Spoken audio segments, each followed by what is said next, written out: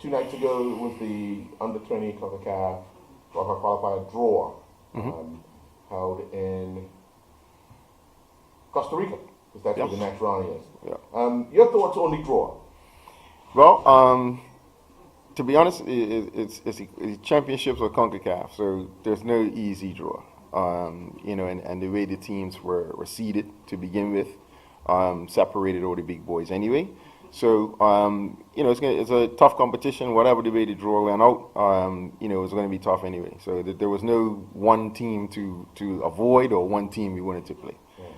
A number of years ago, you worked with a lot of the youth programs, so you would have gotten to see some of the teams that we're going to face. El Salvador, obviously Trinidad. What's your thoughts on their youth programs, and what chances do you see us getting over this particular hurdle?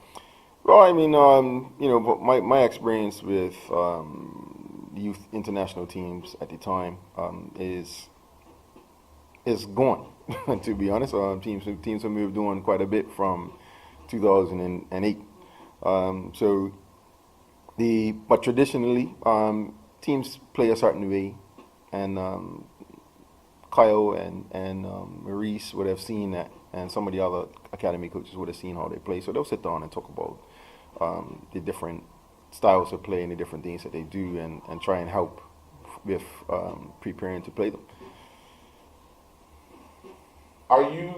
What is the challenges facing Bermuda Football Association in making sure that this team is highly prepared come February? I think the 19th is the first game against Trinidad. Sure. Yeah, I've been saying it for so long now, it just rolls off my tongue. The challenge is having so many players off island, and being able to get them away from their clubs and colleges and perhaps schools. It's difficult. So we have to start that communication, which we have, trying to see who's available, who's going to be available. It is a long tournament, almost 3 weeks worth. So that's going to be the first challenge that we're meeting, is finding out who's available, and if they are going to be available, what do we need to put in place to support them. So they will have schoolwork to do. So we'll need to ensure that there is sufficient Wi-Fi, those sort of things we have to put in place, make sure that we have time for them to be able to do the work that they're going to miss. So that's the first challenge. It's right now is the only challenge, is availability of players. What about warm-up matches or training ahead of schedule? We have 3 windows that we've identified that we're looking to have some activity. The first one is December, after most of the players have returned from school. So we'll get them together. There'll be some training, certainly an inter-squad match, some whiteboard sessions. So we'll spend some time with them over Christmas. The next window we're hoping is going to be in January, where we're trying to have a mini camp, either on island or off. There's some things we have to discuss and have to negotiate, and then we'll do something travel to Costa Rica just before. So we'll be in somewhere on the East Coast in the U.S., where the players will meet, and we'll spend maybe 3 or 4 days with some activity, some training, possibly a match there as well, before they travel down to Costa Rica. So those are the 3 windows that we're looking at. The BTA announced last week funding for various sports, and in there was the Bermuda Football Association. Any thoughts of possibly working with them to get teams on island ahead of the under-20s to give them the best possible shot?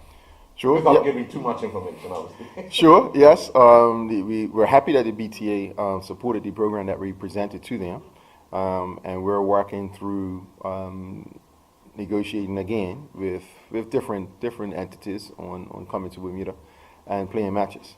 And trying to include the under-20s in that group is certainly something that we're trying to do. Are you a little disappointed with the lack of attention put on the under-20s, this draw around Bermuda? Yeah, I am. And, that's something we're going to have to take into our own destiny, take into our own hands. And I've been speaking to our marketing committee chairman already about what is it that we can do. And that's definitely a disappointment of mine, that we don't seem to highlight the successes of our young people, sports in general, and yes, I'm the president of the Bermuda Football Association. So yes, we don't celebrate our successes in football either, and that's disappointing. Certainly, I would hope that more agencies would take up the mantle, so to speak. But be that as it may, we have to take control of our own destiny. You probably can't say yea or nay, but do you think it's I got you back for calling us out? Your vice president called him out some time ago right here in this boardroom. You think it's well, I'll get you back? Well, no, and I still have faith in humanity, and I don't think that's what it is. I think that the issue runs a little bit deeper in Bermuda, and I'm certain that no one is going to use 19, 18, 20-year-old young men to get back at anyone. So that no, I wouldn't think that would be the case. Moving forward, what are some of the feedback you guys are getting from Kyle and Sharice Bean, who are in Costa Rica, about what is going on the ground there as far as preparations are going? Sure, we've been feverishly on WhatsApp, just getting little bits of updates and what's going to be required from us. Because as you know, this is some of this is new territory for us, and there's some new requirements that we haven't had to have in the sort of qualifying rounds, and certainly not in the Caribbean Championships. So we're feverishly working on those things ahead of schedule. And certainly when Kyle and Sharice return, they'll have a full portfolio to hand over to Marisa and myself to make sure that we meet all the requirements. Exciting times, obviously. First question was how's the fields, how's the hotels, what do they look like? Because they've visited all the hotels, they've visited the stadiums, and they've also visited the practice grounds where they will be have their training. So they've done that. So they've been able to time the travel time from hotel to training ground, from hotel to match ground. So they've been able to do those sort of things ahead of getting there, which is good. So the next step is us putting together the other things that we need to. One of the big things is we've been asked to provide a team doctor. So that's going to be something we're looking into already. Where can we get a team doctor from, and who's willing and able to answer the call for the country. Doctors don't come cheap. No, they don't. No, they don't. But this is the next level in competition, and we're gonna have to meet the challenge. Looking at some of the stadiums, it'll be something new for a lot of the players. The environment, just the enclosed environment. I know a lot of you guys play in colleges that could be one side of the stadium, but the other side's open. But looking at some of the stadiums, do you think it's going to be a nerve-wracking experience for them? Because it's like none other. Well, and these are passionate people that the countries they're going to. I don't think it'll be any different from some of the experiences that they've had already, and the experiences that they're having currently in the environments that they're in. So we have college players, we have academy players who will be playing in similar sort of surroundings. At this level, maybe the match against Costa Rica might be a little bit different from what they're used to, but I think all the rest they would have experience, and they have experience to draw on. Like you said, it's a 3-week tournament. If we get through to the next round, where does that elevate the program? Because obviously we've already taken that step to get to this level, but where does it take the program that's been put in place and arrived to this point? Well, it immediately it takes all the teams that are training now this is where you need to be able to get to.